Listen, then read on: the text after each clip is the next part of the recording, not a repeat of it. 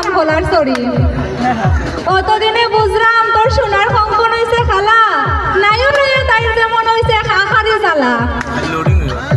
তোর বাপে মশা মশা মিঠাই আনয় নাদরের পুড়িয়ে খাইতো তাই রে তাক মন নাই কেমনে নাইরের দিন যাইতো